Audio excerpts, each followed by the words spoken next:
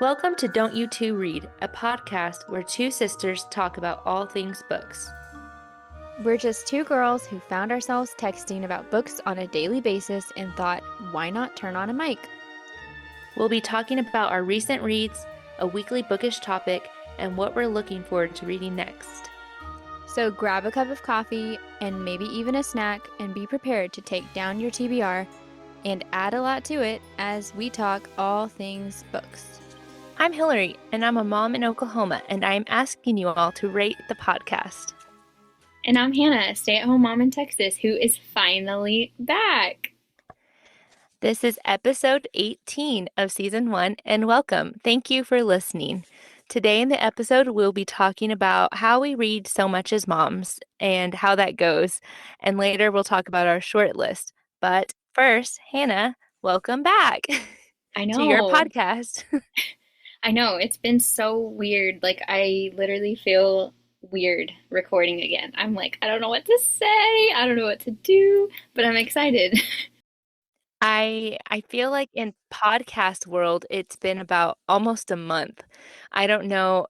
In our world, it has not been quite as long because we've had guests that we're so thankful that they could just jump on and help last minute. So thank you to Josh and Heather. Big thank you. Yeah. And then we also snuck in the Twilight whenever I thought I was getting better. And then it was literally the next day. That was what did me in, the Twilight chat, because the next day totally lost my voice, like absolutely gone, all of it gone. So yeah, it's been a while, but I'm happy. So how has your reading been the last month? Okay, honestly, it's been amazing. And I think it's because I could not communicate. Like I could not literally, the doctor and Josh, thankfully I have him who was very supportive, but it drove me crazy. He was like, no, go away. Like he's like, you just need to go. Because I'm like, how am I supposed to help? I can't speak. And I would try to speak and he's like, no, you need to just go. So I honestly got to like read a lot during my sickness because at one point, like once I lost my voice, like I was feeling better. I just had I had no voice. So I was feeling good enough to read, which was nice. So I've been reading tons of Christmas books and I've been really enjoying them. So yeah, how has your reading been? It's been pretty good. I feel like I'm not in a lot of book clubs, but I have a lot of little reading groups that I'm in. So sometimes that messes me up, but this time it hasn't. So I just finished a book, which I'll talk about later today, and I liked it. And so I think I've decided about book clubs is I have to plan those out early in the month, and then so that gives me at least some semblance of control, because sometimes if I wait till the end of the month because I'm not feeling like it, then I'm hate reading something. Mm-hmm. And so how many book clubs are you in? like 2, but this one of them, it's like they had an extra additional book and I chose to. It was a short one. But it was like just I mean, they're all optional. No one's forcing anyway. But it was just not like it was not the book club book. It was just a few other people in the group were like, "Hey, does anyone else want to read this other book?" And I was like, "Yeah, sure." But the other text, it's like just a text group. That one, I decided to not read the book because it was that Phantasma book. Mm-hmm. And I don't know much about it. I'll just go ahead and say that. But it looked like it was going to be a super smutty book. And I will say, like, I will read, if it's a book club book, I'm going to give it a try. But on that line, I'm like, if it's like just known for being a smutty book, I'm not talking about having an open door scene. I mean, just like, I mean, the people that are listening know.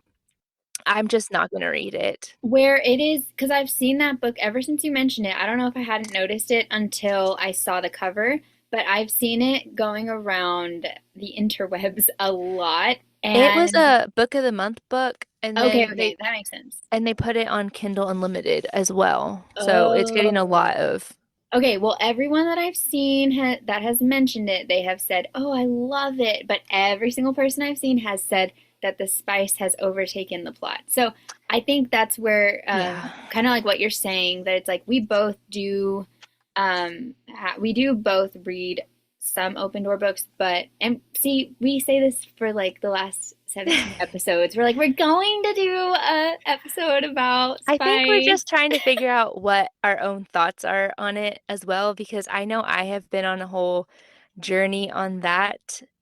It's been a whole, which I guess that'll be a whole, like we said, a whole episode, which Hmm. I'll be honest, we're probably not going to do it in 2024.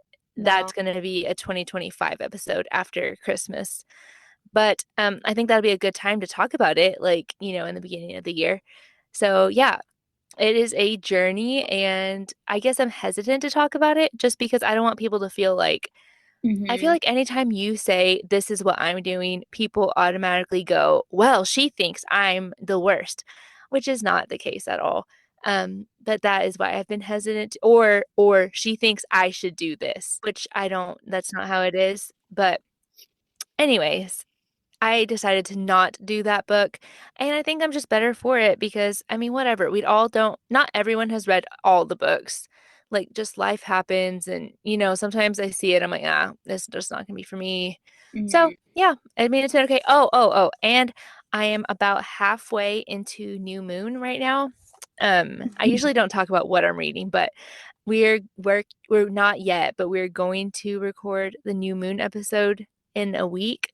And so I was like, I better get started on it. So my thoughts will be really fresh. And I'm liking it. I'm loving it. I mean, I've obviously read it before, but it's been a long time, but I'm really, really enjoying it. I am so excited. I've been like waiting because I want to watch the movie. Like I have all my book thoughts, but then we have to watch the movie, and so I'm like, oh, I'm so excited. Yeah, Yeah. I mean, that was an episode we were really excited about. And then Hannah got to participate a little bit, but not as much as I think she wanted to. I know. But That's okay. yeah, we have a lot others, and we've been debating. We're like, how much, like, do we want to go into this Twilight universe? Like, do we want to go into Midnight Sun? Do we want to go into Life and Death, which is one neither of us have read before, but I feel like we might have to do it just for Yeah, funsies. I because don't there's know. there's also because okay. So here's the thing is like I have really pulled along so many people for the journey, like pressuring people, not like my forcing people to read Twilight. Yeah, you Um, bought a book for someone and I sent it to your did. house. I did. I bought a book for someone because her library wait was too long, so I was like, I'm sending it to you, sponsored by Hannah.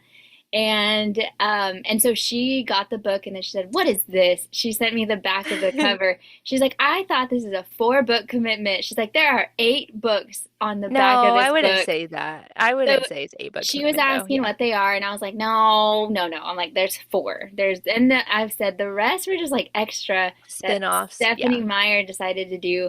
But yes, so let us know if you're reading along with us. Let us know if you plan to or whatever. It's never too late to just jump on the train.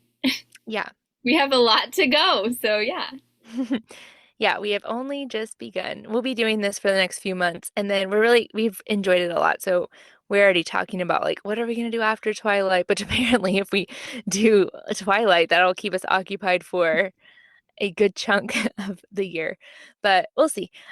Anyway, we want to say at the Yeah. beginning, we have noticed like we've gotten a few more ratings on our podcast on Spotify. And I mean, thank you so much. If you want to, if you've liked the podcast, because you guys tag us all the time or like comment and tell us stuff. But if you could, if you're listening, just rate us on Spotify. That would really help us just find readers. And so that people that are looking for bookish podcasts can help us find those people that we can connect with. We would really appreciate it. If you hate us, that's okay too, I guess. You can rate us. You can rate us 1 star if you really want to. And then you can just step out. Yeah, 'Cause and I I would feel like if you listen to this many and want to rate us 1 star, I would just say we're not for you anymore and just yeah. you can DNF our podcast. Yeah. But if you have enjoyed us, I would appreciate it. We would appreciate it if you would just rate us on Apple Podcasts or Spotify, wherever you listen to us. And yeah, thank you. All right. Hannah, what is your first book? Okay, my first book is Calm Before the Score. So this one, let's see, I'm going to pull up the synopsis on Goodreads. I have a lot to say about this one. So here we go. Violet Evans likes her life of predictability, like a big annotated journal full of colorful tabs. After losing the only father figure she's ever known, Violet heads to Springs University with her best friend to escape her loss and pain. On her first day of college, the tattooed and mysterious football player derails her set out plans of a calm year. With a troubled past, Ryan Shane likes to keep his life simple. He only cares about one thing: football. His life is complicated enough, and there isn't room for any more problems. After a tense first encounter and a fiery first kiss, Ryan begins to fall for Violet hard. But he has a past with layers of secrets to uncover that Violet intends to crack. As much as the two would rather go their separate ways, something always seems to pull them back together. Can the unlikely pair find their happiness, or will Ryan's mistakes be the thing that drives them apart? Okay, I have a lot of notes on this one. So, this book is, for me, it's unique in a few ways. First, I will say, this is not the unique, but this is like a disclaimer. I first want to say that this is set in college. I literally was thinking Hilary would not go for this book because it is set in college. And I remember recently Hilary was talking about a book, a college book, and she was like, they were drinking in kegs, like partying, like just too much of that. And I feel like it's important to note that this book does have very much that like college partying setting. So you have underage drinking, you have them dancing and twerking and like playing truth or dare. So the characters do feel very young. And I think that's important to go into it because if that's not your thing, then you just steer clear because this very much has that vibe. Surprisingly, I enjoyed it. I thought that this book was unique for me because I noticed that this book had a feeling of insta love.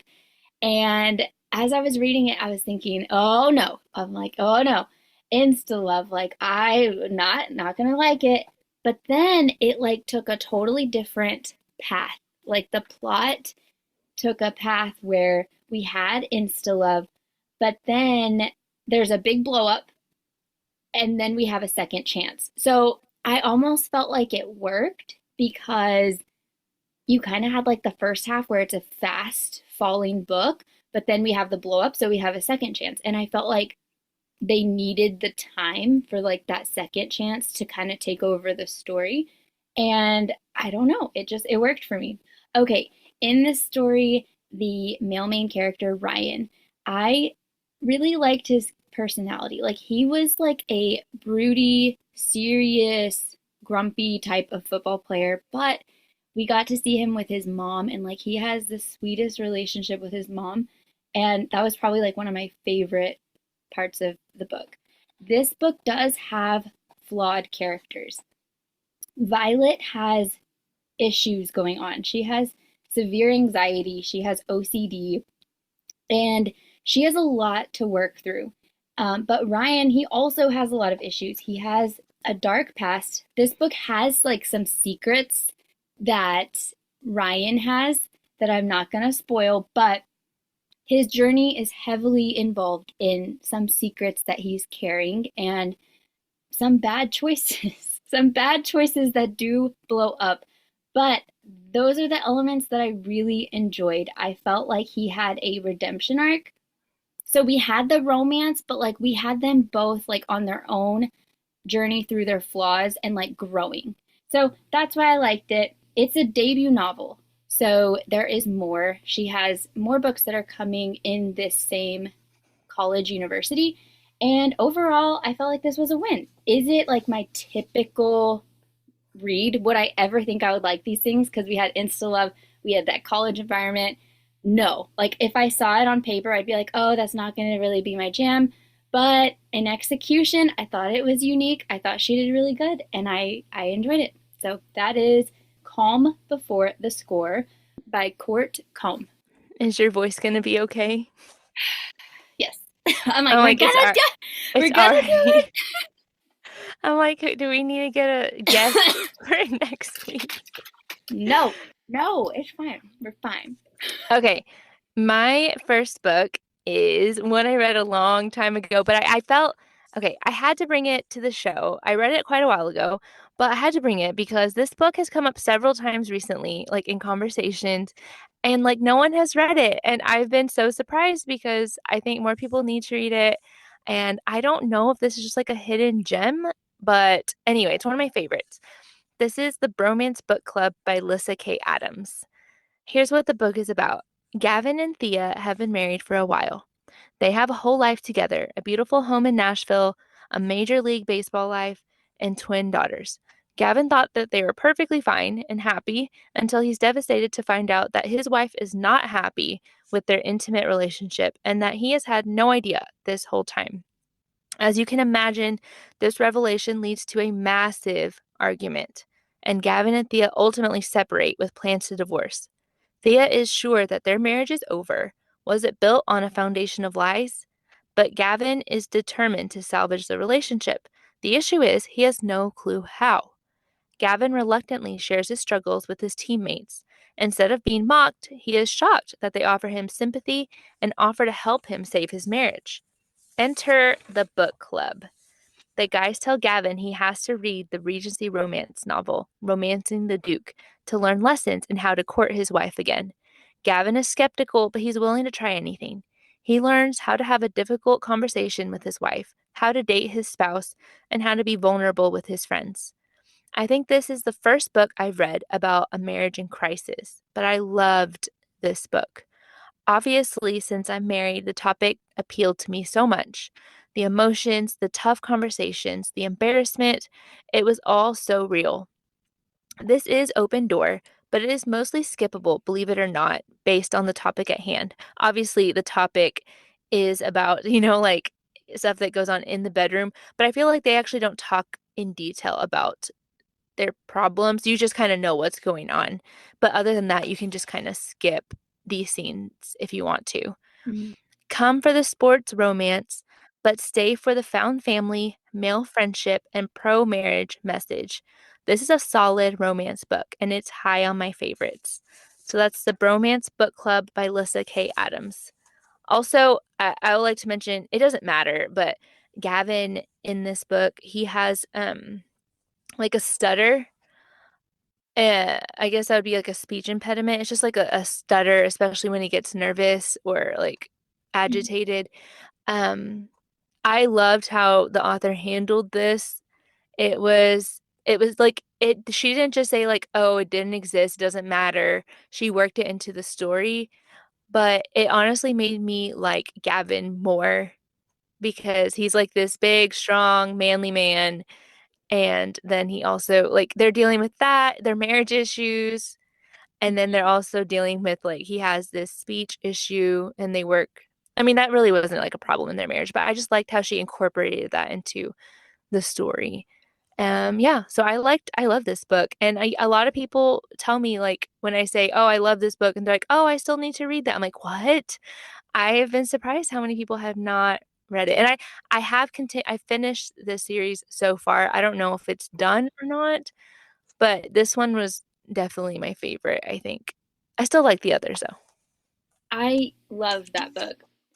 I really, really liked it. It's funny because I don't know. I feel like I see a lot of people not love that book, and it surprises me because I think just because of how much I liked it.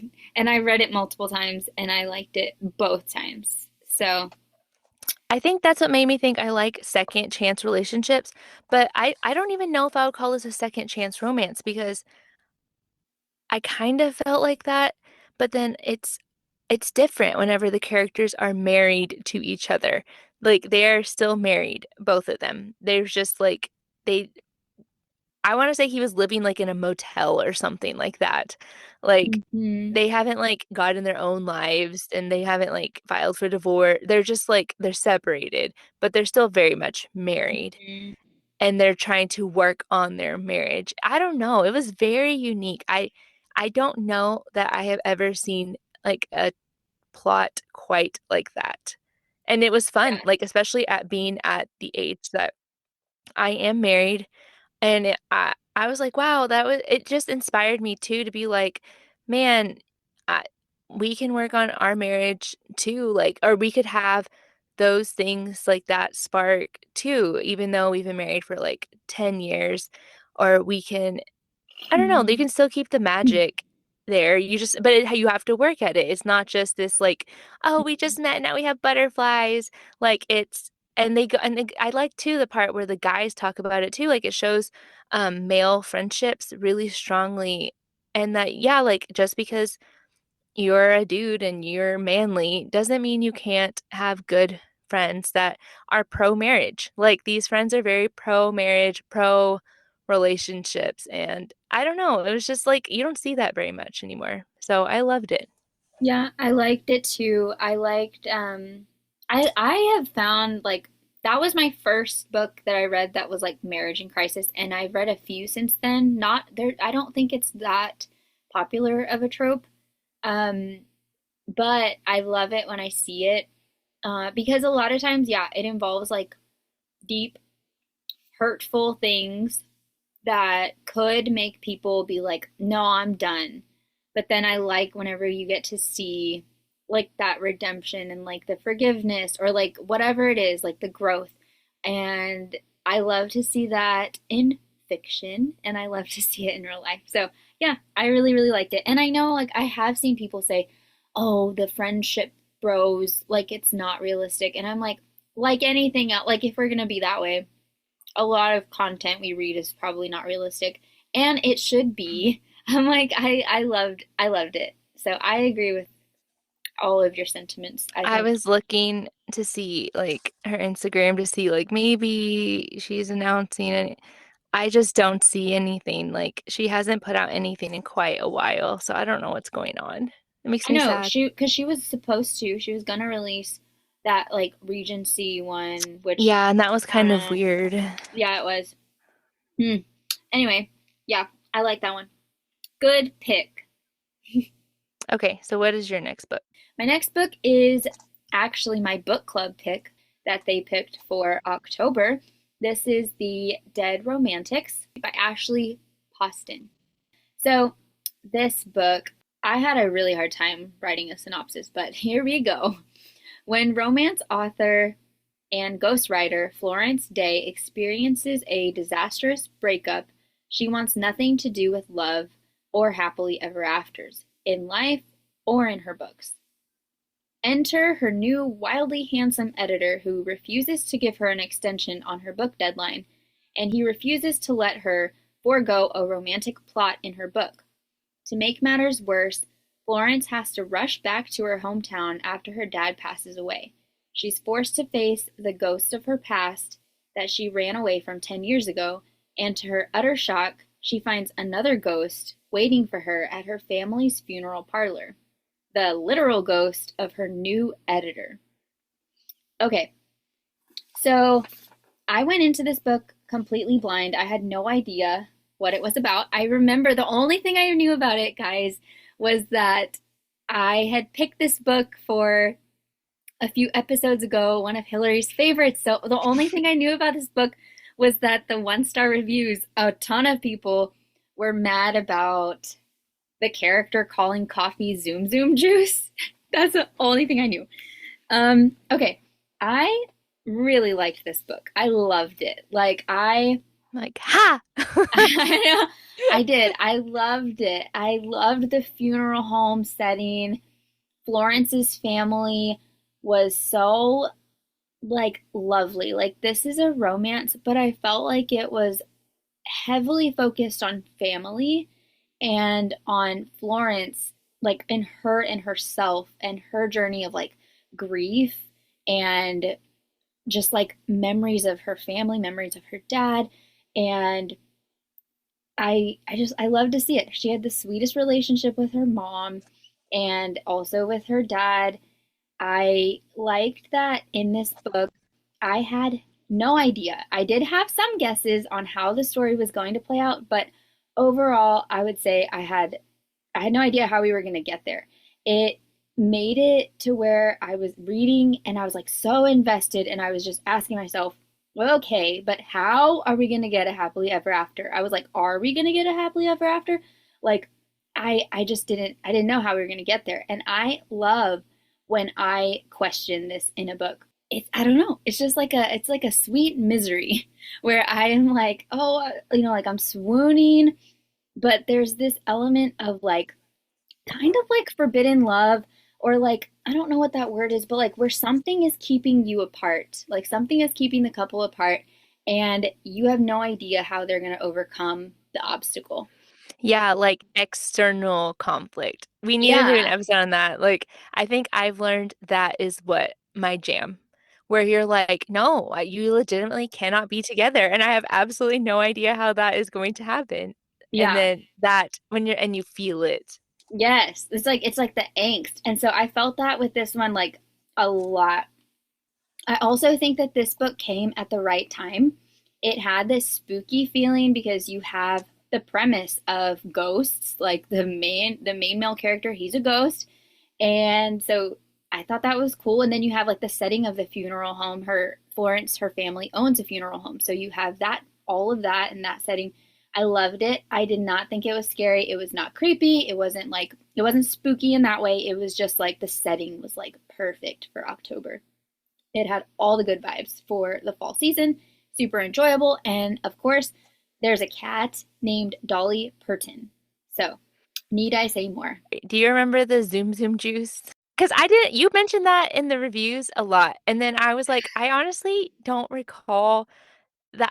I don't remember her just being like this idiot at all. No, But I don't know. no, it was, I don't even remember like the context, but it was like, Like a uh, joke. yeah, like kind of like Laura, like Gilmore type of humor, like, and then yeah, no, I don't understand. I think I don't understand. This is like the bromance book club where I was just like when you see people who have like such negative things to say and you're like how like so I felt like that about this. I did not understand the 1-star reviews.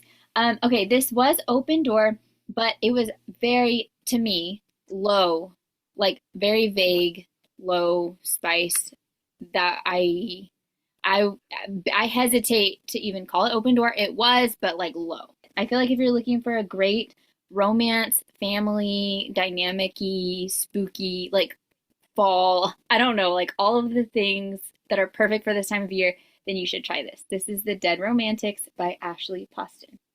I'm glad you liked it. I remember really, really enjoying it. But then you confused me with the 1-star reviews, and I was like, You no, you confused yourself with the novel, the yes, leather the one novel that love she story. I know. I didn't like that one. I love the Dead Romantics. I loved the 7-year slip, so you can add that one to your list for next one. I love that one too. They're both very similar about family and grief and it's just life. I don't know. I feel like it's a good snippet of life, just like she gets that feeling really well. But I don't know what happened. That novel love story. That's just I didn't like it. it But happens.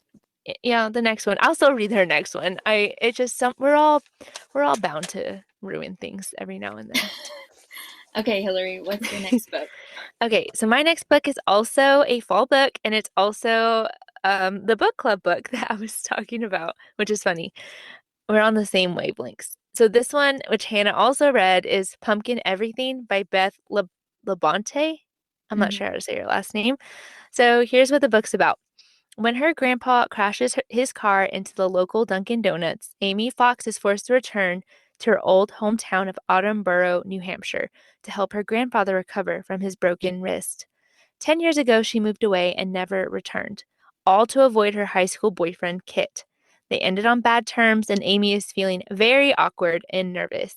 Obviously, this means that she runs into him the second she comes back, and obviously, sparks are still flying. Can Kit and Amy overcome their past trauma and open their hearts to a new opportunity at love? This book cover has a pumpkin spice latte on the cover, and I honestly had low expectations of this. I mean, it's kind of cute. The cover is kind of cute, but it's also like, I don't know, you're like, it looks cute, but could be really dumb. I don't know. And the Goodreads rating was not great. So I was kind of nervous, but the vibes were really strong with this one. This is one that it wasn't our book club book. It was just like an optional, like some girls are like, we're reading it if anyone wants to read it, and we're going to watch the movie. So I was like, yeah, sure, I'll read it. It's like 200 something pages. So I did. I read it pretty quickly in a weekend, and the vibes are strong with this one. I thought the author did a great job of making me feel the fall vibes, like the crunchy leaves, the hot lattes, the fall decor, etc. I loved it all. So I do think the story resolved too quickly. This is a romance. So Kit and Amy have a lot of issues between them, obviously, and then she moves away and she doesn't see or speak to him again for 10 years. And so they see each other and they're like, wow, obviously we have a lot of things to discuss and problems of why they didn't work out in the first place. But I felt like it resolved really, really, really fast. Like all of a sudden, everything was okay and clean. So this was just barely over 200 pages. So I think that was just part of the reason. It was just really It short. was less. Less. Oh, my 100, Kindle said, 196. okay. Yeah, so that's why I think that's part of the reason which I already know, I put a note that some of you are probably laughing because you guys tell us all the time that we read long books. So I know I'm like, that was it. It's done. I feel like that was like half a book. Um, I mean, to me, that is half a book, 200 Yeah, pages. So I really liked it though. So was it the perfect book? No. But it was turned into a Hallmark movie, and that does show in this book. Like it reads exactly like a Hallmark movie. But sometimes that's what I'm in the mood for. Like, I want something happy and that's not going to really stress me out too much. Where, like Hannah said, the dead romantics, or for example, Heartless Hunter, you do have like that emotional turmoil, and you're like, I feel so sad and stressed because this is never going to work. You don't hmm feel like that in this book at all. You know it's going to be fine. You know everybody's going to end up okay and happy. No one's going to end up upset. So, yeah, I liked it. So, if you're looking for a good fall vibes book that's closed door, I would recommend trying this one. And it's also on Kindle Unlimited. So, that's Pumpkin Everything by Beth Labonte. Also, I think I would recommend this over the Pumpkin Spice Cafe. I I like this one better. I had planned to bring this book, not on our next one because that's Twilight, but on the next one, like I had planned to bring this book, but I won't anymore. Because I literally feel like you said everything I would have said. Like all, pretty much my notes were the same. Like I was like, I feel like I got what I came for. Like it gave like the fall decorations, like everything you said, very much fall vibes. And yeah, I think I don't personally expect anything too deep for a book that is less than 200 pages. So I agree with that too. I I thought it was expected like more. in relation to this type of book, which it's like more, I would call this maybe like a cozy romance, I guess. I don't know. I would think it was like a 5 star to that in that type of genre to me. But like, was it a perfect book? Like up there with like my favorites of the year, like up there with the one with the kiss cam, Heartless Hunter, Manacled. No, it's not up Yeah. there It's just to a me. different category. Yeah. So yeah, I agree. I liked it. I thought it was fun. Fun for this time of year. I did audio for like some of it too, which I Oh, thought you was, did? yeah, I liked it. I was gonna do that, and then I was like 100 on the list, so it just wasn't A gonna work out. hundred. Oh my, Yeah. oh my God. It's popular right now, I guess. I wanted to bring it now though because by the time this airs, I think we are going to be all like almost approaching winter. Hmm. You know what I mean? Winter, mindset. Okay, so let's get into our topic of the week, which is reading as a mom. I know we had Heather kind of briefly talk about reading as a college student, and then we had Josh talk about his reading life like as a dad. But it's funny because we intended to do that, like college, dad, and then moms. But I feel like it's different, which is like I don't know that Heather really much was like maybe a little bit like her college influenced her reading in that maybe she didn't read that much as much. But like I didn't hear Josh talk about like, oh, this is how me being a dad affects my reading. But I feel like women talk a lot about that, about like Hmm. being a mom and whether you can read, which what I hear often is I can't read because I'm a mom. Or like I used to read before I had kids. That's usually what I hear quite a bit. So, yeah, let's talk about it. I don't even know where to begin. I'm scared. Okay, I'm I'll scared. start this. Hmm. How much approximately do you read a year? A year? How many have you read so far? Do you know, like I don't approximately? know. I don't. Okay, I know. I've read I thought you approximate. meant you know how many I read. I was like, I'm like, how? I've looked yours up. Okay, I've go been watching ahead. so many political interviews lately, and I'm like, I have the answer to that. Okay, tell me how many you've read. I don't know the exact number. I read approximately 90 books so far this year. Okay. I don't even know how to find this information. It's on That's Storygraph. how out of touch I am with the number. I'll look this up, but okay, my general what I would say is what I was going to say is my disclaimer here is that whatever you choose to read, I think there should be no judgment. So if you read one book a month or if you read like less than that, like if you read very little, is my point, then I have no judgment in that. So I totally acknowledge that I read a lot. I read more than I did when I worked full time, like whenever I was working overtime, when I worked in an office, like I did not read at all. I will also say that I think you just kind of make time sometimes, not all the time, but sometimes I think you do make time for what is important to you. Whatever hobby or whatever like extracurricular activity, whether that be reading, whether that be working out, whether that be hanging out with your friends or whatever it is. So that's like kind of the disclaimer. I also want to say that I know me and Hillary, I think are good, we'll have good conversation because I'm a stay at home mom and I have two boys. One is in school, one is at home with me all the time. And so I don't work outside of the home, is what I'm saying. Hillary does, and Hillary can kind of say what her situation is if she wants to. I would say I've passed 100 this year. I don't have the exact number, but I typically read, I think I've been reading maybe like 12 books a month ish, is like my average. So that's how much I read typically. Yeah, so I've read almost 90, so I anticipate I believe I will reach my guess is I'll reach like 120 this year. I don't have a goal, first of all. That's like just to be clear. That's what Um I was gonna ask you that. I was gonna no, I don't ask have if a you have goal. a goal. I don't Okay. care. I just want to like what I read, so I don't really care how much. Anyway, so yeah, so reading as a mom, and I think I noticed like Hannah is very like I just like let me just say because I know Hannah reads a lot and I know for a long time you didn't want to say like how much you read because I think people tell her a lot that she reads like so much in a negative way, I Yeah. think. Yeah. I, yeah, I think it's like, well, how do you have time to do that? Like, oh, that must be so nice to read that much. I'll So, say it. So I know Hannah doesn't want to like step on any toes, but I will. Um, Here's the thing. Like she said, everyone's different. You don't have to read that much. So like if someone's being like snippy, but here's the thing. We never said you have to read as much as us. We don't care.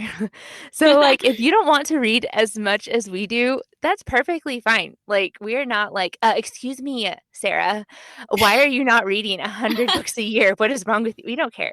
You read however much you want to read.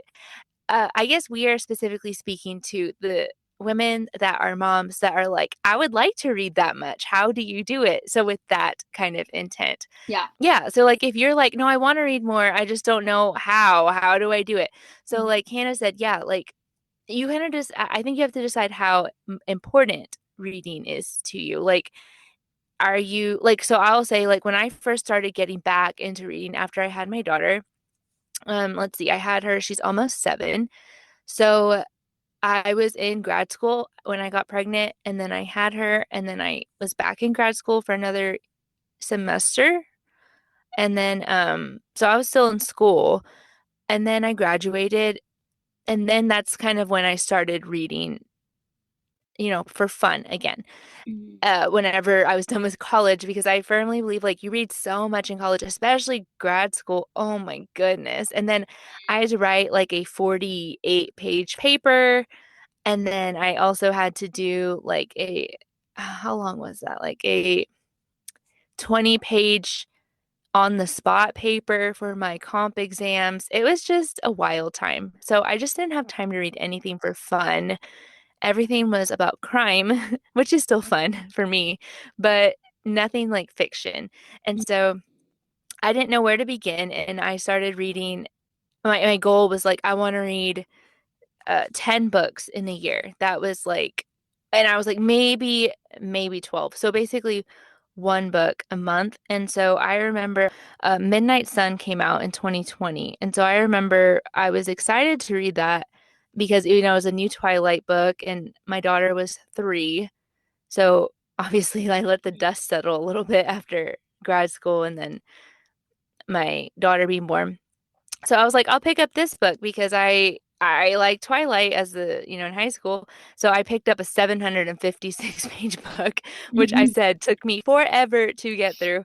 Um, but that's kind of like I remember that book. I remember this Ballad of Songbirds and Snakes that came out, and again, that was a series from high school that I remember liking. Um, and then that's when I discovered Libby on audio, like on to do audiobooks. And Mhm. I remember I'd push Noelle around in her little Tykes car. Mhm. I'm telling a whole memoir right now. I do have tips, but um this is like me trying to read when Noelle was like a This is toddler. this is perfect because I have the same. I have like examples of when I read and then I have tips at the end. So it's perfect. Yeah.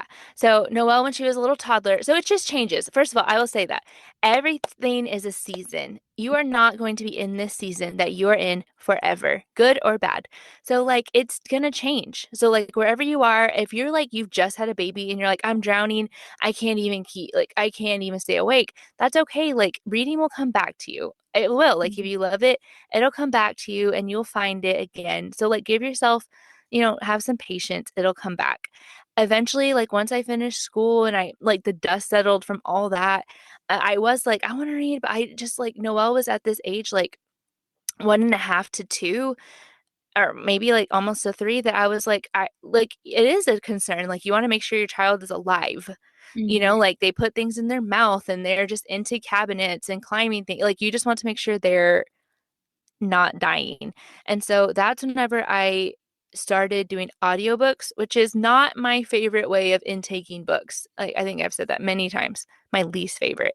But it was the only way I could spend time with her and read. And Mhm. so I discovered Libby and I didn't know anything that was popular because I didn't have Instagram or anything. So I would just see like what's available. And so that's how I listened to like Taylor Jenkins Reid stuff. So that's when I listened to The Seven Husbands of Evelyn Hugo, just a bunch of random stuff and on audio. And I would just walk around the backyard and push her in her little Tykes car and listen in my headphones, and that's all we would do. And that's how we'd go on walks and I would listen to the book, and that for a long time. And so that is like my 10 books. That's kind of how I did. I did an audio. Mhm. I had an Audible account too. And I that's kind of how I got took in books like when Noelle was a little baby was a few audio books a year. Yeah, and I know Hannah, one of her younger kids, is in that age that I'm talking about for Noelle. Like he's little. So, Yeah, so for me, like Hilary said, the seasons do change. And then I had, like, after I had my most recent baby, I read a lot, and the reason why was because I couldn't sleep. Like, and while pregnant too, like, I feel like I got bad insomnia. So I read a lot at night, like in the middle of the night. But I will say, so for me, like, when I read, like, it's like, Hannah, when do you read? How do you have time to read? How do you manage your household? Because I will say this, my house is not perfect. My house is not like it is not perfectly organized and it is not perfectly clean all the time. But I will say this, like, I am a full stay-at-home mom. I do have like a list of chores that I like to get done every day. I cook, clean, all the things. And so I do think it's important to not totally neglect life. And of course, I have my baby. So I am very busy, is my point. I'm very busy. But the times that I find to read, so nap time. So if you have like little kids, I feel like nap time was always the times that I would read. Whenever my baby had multiple naps, I would always have a rule for myself. I'd be like, okay, during the first nap, you are working. So like getting my chores done or getting whatever I needed to get done for the house. And I would do that. And then I always had the rule for the second nap, you're not doing anything productive. Because for me, I have to force myself to not do productive things all day or else I will like never stop. So that was kind of how the rule was, is that during that nap time, like I reserved it and I was like, you are going to rest or you are going to read. Like you're going to do something for you, not for anybody else. So I would read a lot during the nap. Another thing is I wake up early. Like I've always woken up early. Like when I would work, I'd wake up early. I've been like this for a decade or more. And so I wake up at 5 a.m. and that's a lot of times. Like I get ready, I do all the things, and then I have like a chunk of time that I can read. So basically, you got like several chunks of the day. I have the early morning, I have a nap time, and then at night, sometimes I stay up a little later, like once I hang out with my husband, once we do all our chores, whatever we're gonna do, and then we kind of like split. He does his own thing, I do my own thing, and typically I would pick reading. Another thing that I've noticed since having a kid in school is the school pickup line is a great opportunity to read because I'm like, what else am I gonna do? I'm sitting here for an hour. So I that's another slot of time. And like Hilary said, audiobooks can also be like really helpful. Like if I'm cleaning or cooking for like a long period of time, audiobooks can kind of come in clutch for that also. Yeah, I have a lot of the same ones Hannah does. Like she said, I work outside of the home. I have always have since I was, I mean, forever. I've worked full time half of Noelle's life, and then now I work part time. And so on top of, a kid and home, I do work. And so that takes up quite a bit of my time as well. So I mean, I think that will show like I do read less than Hannah does. So I just think I have to be a little bit more picky with what I read, but I still read quite a bit. I realize that I read a lot more than the average person I know. So the few things, like, just to reiterate, yes, I wake up very early, like Hannah said. Usually I get done with my most dreaded thing right when I wake up, which is working out. Most mornings of the day I work out. But there are a few that I don't. I try to wake up still before Noelle does. That's always my goal because my day always goes better as long as I wake up before her, even a little bit. So the days that I don't work out, that allows me to get some coffee and even read just a couple pages. I always feel a little better doing that. Like, so I would recommend, if you can, even if you have the tiniest baby, like if you could just make yourself get up 15 minutes before your baby gets up. I mean, just that like few minutes of making your cup of coffee and like reading maybe a couple pages, I think that you'll notice your tank will feel so much more full and better if you can just do a little bit of time, just a Mhm. tiny bit before the crying and the chaos begins. Like she said, the car line pickup, that's a big one. Now I have stopped waiting in line for 2 hours. Now I will just wait the time at home, a lot of it, and then just leave a little bit later. to pick her up from school, but I still have that time waiting. Um, I make myself read during that time. So in between the time, like it's about an hour that I have from between work and pickup. I set a timer on my phone and I make myself read. Like I am not, unless I mean, like obviously there are exceptions. Sometimes I have to run an errand, sometimes I have to clean something, but uh, other than the exceptions, I set a timer and I put my phone on Do Not Disturb, and I'm like, no, I'm going to spend an hour reading no matter what. And so that helps me feel better too, because sometimes the nights are crazy or the mornings are crazy. I have that specified time. Like that is my reading time. And I'm not gonna clean. I'll get my other stuff done later. This is my time to read. And obviously I have more incentive too because we have our podcast, but I would do it regardless. Um, Audiobooks, yes, if you like them. If you don't like them, you don't like them, but they're worth a try, especially like I also have a commute on top of that. They're nice for that. Sometimes if when you're driving, stuff like that, they really help if you are interested in that. Um, Bedtime, yes, obviously after Noelle goes to bed, my husband, he is a first responder, so his schedule's kind of crazy. So a lot of evenings I have to myself. And so if you don't or if you're not intentional about it, you won't do it. I don't watch TV. So I mean, that's And the and disclaimer. and that is like that is something I always point out to people. Like when they're like, "How do you have this much time?" I'm like, "Okay, this is what I want you to do." I'm like, notice or mark it. Like anytime you, whatever hobby it is, like if you do crafting or whatever, or Yeah. TV, I'm like, TV is a huge suck. You see people who watch an entire series in like 2 days. Yeah, So exactly. So if you watch one show, one episode a yeah. day of Hmm. an hour long episode, I mean, like, just keep in mind, I'm, for the most part, not doing that.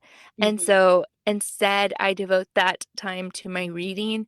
Obviously, like I said, there are exceptions. I read less statistically in December because I am watching more Hmm. Christmas movies, Yeah. but I don't really watch TV. So when people are like, "Have you seen this show? Have you seen?" I'm always the one that's like left out because I'm like, I haven't seen, I don't, and again, I don't intend to be like, therefore, I am better than you. But I feel like people take it like that because they're like, well, what do you watch? I'm like, I don't really watch TV. Like, Yeah. obviously, I like things. I love Friends. I love Gilmore Girls. I love them. And like, if Taylor has Friends on, I will sit down and watch with him. I really enjoy it. But for the most part, do I don't do those things. So Yeah. that I devote my recreational time to books. Obviously, I do other things. I work, I sing at church, I do a lot of other things, but like my home downtime, it's reading. And then the last thing I wanted to say is I do think it's important, and I heard them talk about this on the Currently Reading podcast, I think, a long, long time ago. And they were talking about how, and I think it's the Instagram account Busy Toddler. I think that's Hmm. what her name is. I love her. And they talk about the importance of your children seeing you do something. So, like, if you are always cleaning, for example, if you're like, I'm only going to read when my kids are asleep, and then when they're up, I'm going to be doing chores and cleaning, or I'm only going to be doing, like, productive things. That's okay. But it's also not wrong for your kid to see you doing something for yourself and relaxing. Like, there's nothing wrong for you to be reading and your child to be awake. That's okay. And it's good for them to see that. Like, I think it's important, especially if you want to raise a child who loves reading. Hmm. Like, they need to see you read. They need to see you love to read and how you think it's fun. Otherwise, like, do they how on earth do they make that correlation by themselves? I don't know that they do. And so it's important to obviously, like, there will be a time and a place to set the book down and Hmm. pay attention to your kid. There have been times that I'm like, oh, this book's so good. I need to purposely set it down and pay attention because Noelle's like, Mom, look, I want you. But Hmm. there are also times, and there's nothing wrong. And I have done it lately a lot more to be like, hey, Noelle, I'm feeling kind of tired. Let me read for 30 minutes or let me read this chapter and then we'll go outside or whatever. Hmm. And now she's to the age where she's like, okay, well, we've worked on it. It's been a lot of work, but she will. And now it's cool to see her. um, she has started to read herself. And now she's starting to be like, I love reading. It's so much fun. And she'll go off and she'll hide in my closet and read books for herself. Hmm. But I think that is cultivated and taught. So I think it's important for your kids to see you work, but it's also important for them to see you take care of yourself because I know I don't want to raise a daughter who is like, you must work all the, like, what she takes away from me is like, you have to work every single minute of the day or you're lazy. Yeah. I don't want that to be her. That's me, like I Hmm. have to fight against that. I don't want her to take that away. So, Yeah, and I think it was Busy Toddler that she also says, like, she's like, you need to not play with your kid 24/7. You need to like help teach them to play by themselves. And what I like to do, it just depends. It depends. Like it has to be the right time. But what I have always done, I did this with my oldest and I do it with my youngest. We do all like whatever, music time, art time, whatever, but we do reading time where I have my book and it's not like super productive, but I have my book and then he has his books out and I'm like, we're going to go read. And so we do like reading time because yeah, I've been trying to teach him too that like we have reading time. So he has his little books and I have mine and that's fun too. yeah, because I think I always hear the people that are like, because as soon as your baby's born, people say, rest when the baby rests. And every time I hear people say, I can't do it, I need to get things done at that time.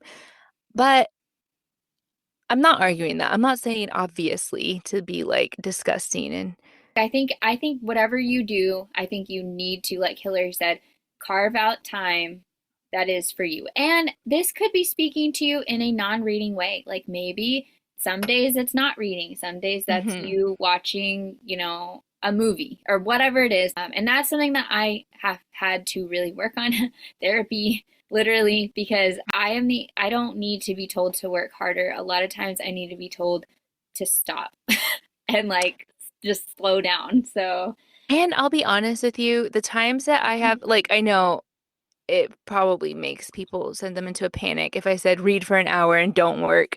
Like you said, it's a cultivated thing. It's something you really have to work to do, but you can make yourself do it eventually if it is difficult for you. And I've noticed, like, because I'm always like, the kitchen's so dirty. It's always my mantra. Um, like today, for example, I set a timer for 5 minutes and I'm like, I'm going to clean for 5 minutes.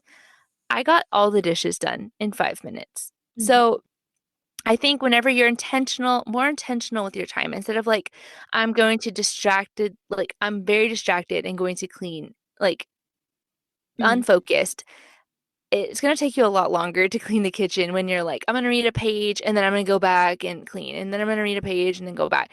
I'm mhm. all for if you have 5 minutes to read in those 5 minutes. Absolutely. However, sometimes if you just set a timer for yourself, like I'm going to clean for 10 minutes today, you'll probably get a lot more done in Mhm. just that. And then you can like, I just tell myself, I'm going to clean for these few minutes and then I'm going to go read for the rest of the night. And then I'm quick, like I'm going to get everything done as much as I Yeah. can. And then it's good enough. Like that's the other thing. I think just decide what's important to you and just let a lot of it go because like you said, like you cannot do it all. You cannot have a perfect home that's perfectly clean and no mess, no dust, and all the food made and everything prepped and work out and be like a size zero and also read 200 books. Like you can't, it's impossible. And this was also, and after this, I'll move on to the tips. But this was like a big part of therapy for me and continues to be like that. I have that where like I would have like 20 things on my to-do list. And at the end of the day, I would be like, okay, I got it all done. And I'm like, okay, yeah, everything's perfect. Great. And then it's like, okay, well, how do you feel? And I'm like, absolutely terrible. Like I have just mad and exhausted. And yeah, like Hilary said, it's like you can't do it all. And then like sometimes I'm like, well, you can do a lot, and then you really mess yourself up. So yeah, have to schedule time. Schedule the time. And if you're not a reader, like a big reader, but if it's something that you want to do, I do think like you have to train your brain, and that's just science. if you don't read at all, your brain has a very short attention span, and it does take, like, it's like a muscle. I feel like you have to like stretch it, and you have to work on your attention span and all the things. And I've seen people talk about that, which is really interesting, how science plays a big part in that, if it's not a habit for you, and like making it a habit. It's interesting. But anyway, okay. So I have, I think I only have 3 tips, but my first one is to read things that you love and not just read what you feel like you should read. So, like, if you feel like, oh, well, I should be reading a parenting book, or like I should be reading a self help book or a nonfiction, I would say I think you should read what you love. Like, read something that is fun to you. And if that's like you like tragic books like what is that, Nicholas Sparks, then if that's what makes you like relaxed and you enjoy that, like that brings enjoyment, then read that. Read what brings you enjoyment. And I think if you are like, I don't want to read this, then you're not going to want to read it. I don't have any tip. I already said all my tips. Okay, my next one is don't be afraid to DNF. So it goes along with that. If you're reading and you're like, this is not fun, I don't have the desire to read, like I don't want to pick this up, then put it down, find something else. And then the last thing that I think helps me read as I've gotten into more of a reading journey would be, I think it makes it more fun if you are tracking it. So if you're using like Goodreads, if you're using Storygraph, I think that that helps you, because then you find books that are kind of more like, you're not just like picking a random book in a, like in a huge pile where you're like, oh, I may not like this, like at the library. It's overwhelming. But if you're like finding specific book recommendations from people, then I feel like that helps at least. I don't know, it makes it more fun, I think.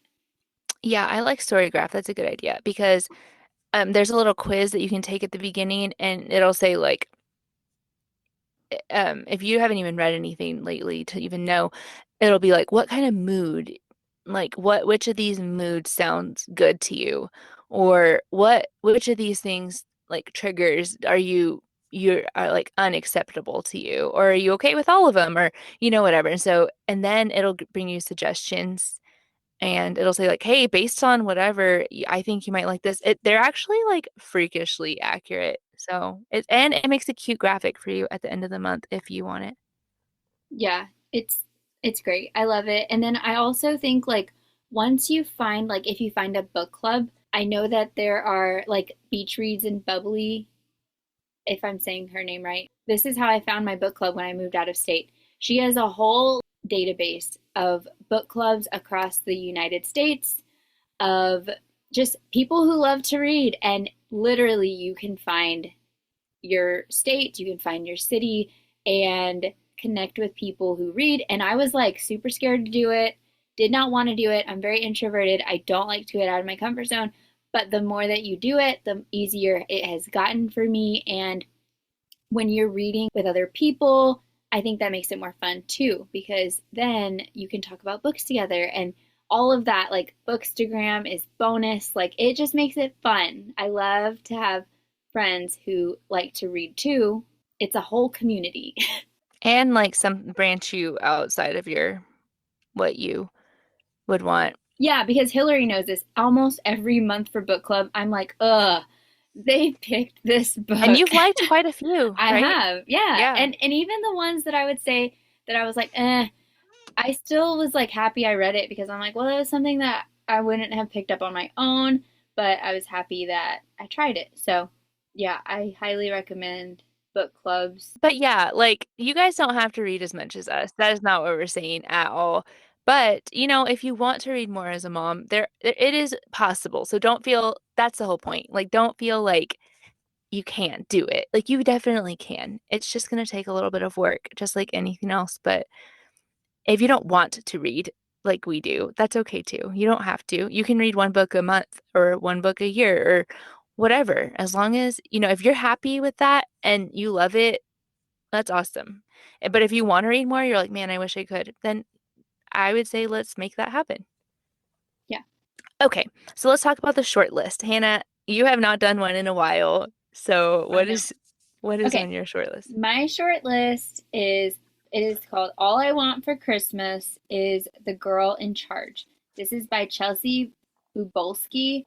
This is book 2 in a Christmas series that she has, and I read book 1. This was recommended to me by Erin, so I was like, okay, I'm finally gonna try it. I'm on book 2. There's 4 in this little Christmas. It's like a Christmas town, and they're all different high school students. So it's YA, but it is the first one was really cute. So I'm excited to start the second one. Okay, on my short list, I have Wisteria by Adeline Grace. This is book 3 in the Belladonna series. I am not gonna lie to you. I cannot tell you what this is about. I just know I have it ready to go on my Kindle. Um, just because it's book 3, I didn't even read the synopsis. I do know this is a conclusion in the trilogy, though.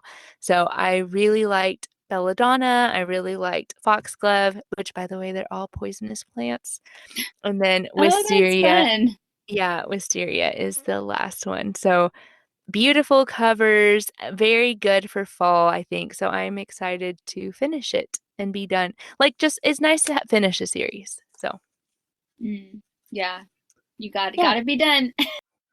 yeah, gotta finish it. I say that, but it says I think I have 4 days left on my hold. So Oh, I'm like, it's not looking good for my short list again. like why did you put it on there? I accepted it. I accepted it, and then I realized I had to start New Moon because our episode's coming, Oh, and I didn't want to not read New Moon. Like yeah. that had I to mean, be you done. had to, yeah. Yeah. So once again, Shoot. my podcast is messing things up. But that's fine because you have a several that I wasn't here for, so maybe your like your I, stats may still be better than mine. yeah, right now I think they're like at 100%. I'm doing Hey, pretty good. Yeah. that's good. Okay, I guess But that's it. I'm like, okay, bye. Okay, bye. If you've made it this far and didn't add this episode to your DNF pile, thanks a bunch. That brings us to the end of this week's episode for the Don't You Two Read podcast. We hope you enjoyed hearing about our recently read books and hopefully getting to know us better as we begin this podcast journey with you guys. We will be including timestamps in the description on every episode so you can check there for books or products that we mentioned in today's episode. Be sure to tune in to our next episode when we will be chatting about all things books. Don't forget to follow us on Instagram at Don't You Two Read Podcast, and you can find me at Hannah Reads.